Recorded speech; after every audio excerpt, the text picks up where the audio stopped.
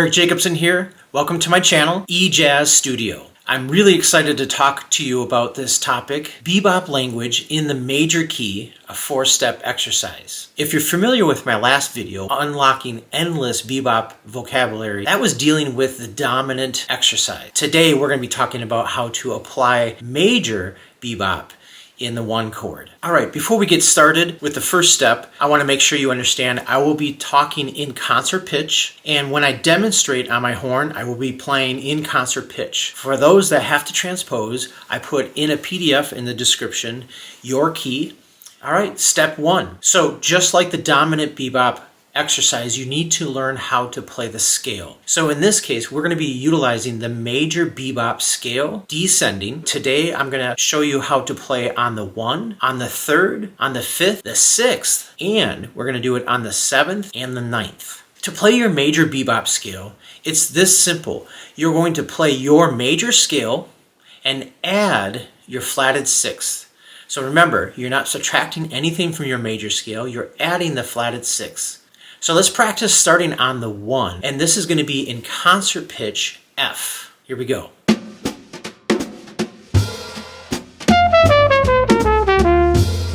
All right, now let's practice starting on the 3rd. Now, when we practice on each of these chord tones, on the 1, 3, 5, and 6, we don't have to change the scale in any way. So let's practice on the 3rd now.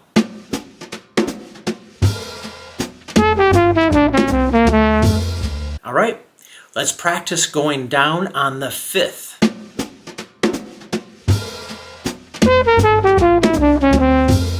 All right, we're going to practice starting on the 6th.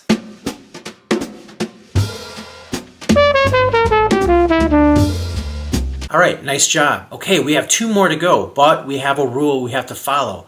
Now we're going to start on the 7th. To start on the 7th, we have to add another passing tone to make sense. What I mean by that is, if you add the passing tone right after the 7th, a chromatic note, you'll get right back on the 6th. And from there on, you're back to the normal scale. Let's practice it.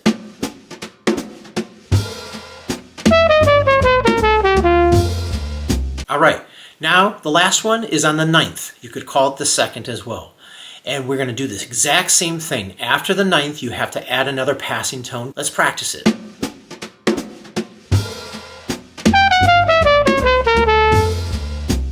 All right, step 2. On major bebop, we get to play an arpeggio. Start on our 3rd on the arpeggio. In this case, in concert pitch F, it's A. Arpeggios are 4 notes skipped in thirds. All right, we're going to practice that and see how that sounds. Okay, you can invert arpeggios.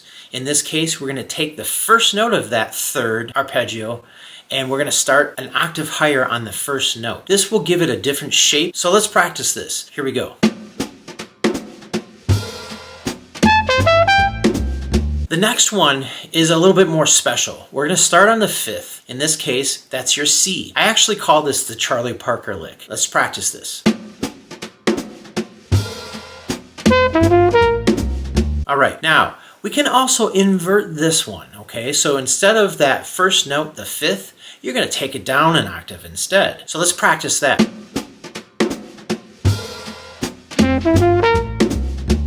All right, step 3. We're going to start working on enclosures. The very first one we're going to work on is on the 5th. So in this case, in concert F, the 5th is C. To get to the 5th, do an enclosure, we're going to go a whole step below and then half steps up to the 5th. Let's just practice a whole step below, chromatically going up to the 5th.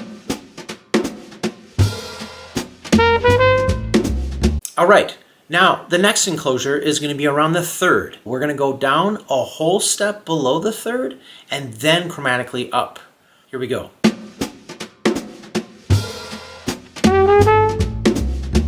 All right, the last enclosure. Put an enclosure around the 1. And in this one, you're going to go up a half step, down a half step, and then play the 1.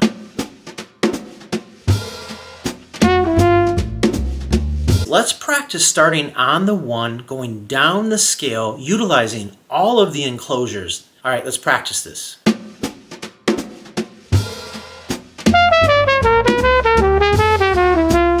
All right, the fourth step. So we're going to combine ideas together and practice them. All right, the first one we're going to practice is going down the 1, enclose around the 5th. The 5th, we're going to play that special arpeggio, which I call it the Charlie Parker lick, then land on the 3rd.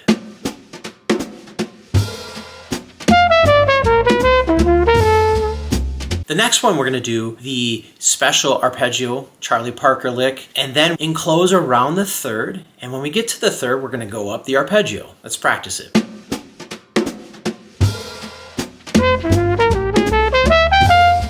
All right, next one is starting on the 3rd, but we're going to invert the arpeggio, go down the bebop scale on the 1, and enclose around the 5th. All right, let's practice this one.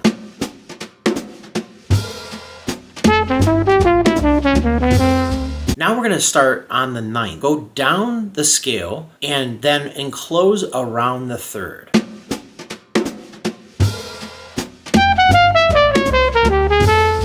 This next one we're going to practice starting on the 5th, and we're going to invert that Charlie Parker lick starting on the lower octave, go up that arpeggio, and then we're going to enclose around the 3rd, invert the 3rd arpeggio, and then go down the bebop scale to the 5th. All right, here we go.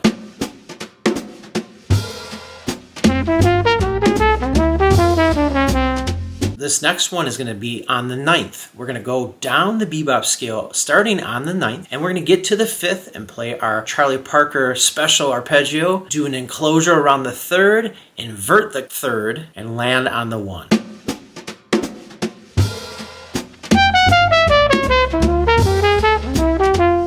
All right, next one. We're going to start on the 5th again. Do the bebop scale just for 2 notes, but then do an enclosure around the 3rd, invert the 3rd arpeggio, and then we're going to do an enclosure around the 1.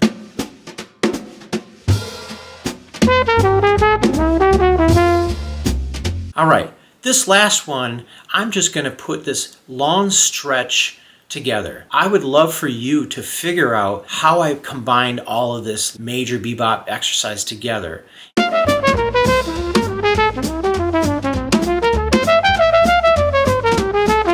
All right, I really enjoyed showing you this exercise. I hope it's helpful for you. That I have a book called How to Play Bebop that will go into a little bit more detail for you, but also I did the work on putting it in all 12 keys for you if that is helpful for you. Thank you so much.